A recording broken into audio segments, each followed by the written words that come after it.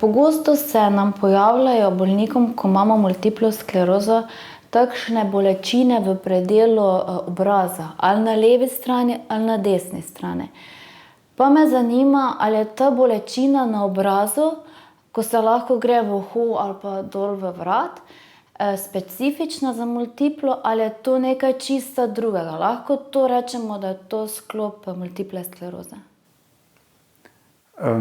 Bolečina je malo poseben v bistvu simptom na nek način. Ja, je lahko tudi značilna za multiplo sklerozo, sploh če je to, mi rečemo, nevralgija.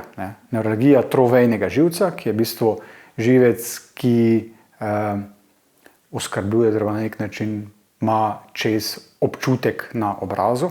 Se pravi, skrbi, po tem živcu potuje naš občutek iz kože obraza v možgane, kjer ga zaznavamo. No, in po področju tega živca včasih pri bolnikih z multiplo sklerozo pride do demilinizacije, se pravi takega plaka v delu živca, kar dejansko potem lahko sproža, rečemo, take napade, ostre, kratkotrajne, kot v bistvu elektrizirajoče bolečine in tipično po polovici obraza. Zdaj ta ne seva toliko v vrat, bolj seva recimo v čeljust ali zgornji del, v predelu česa, lahko tudi čela.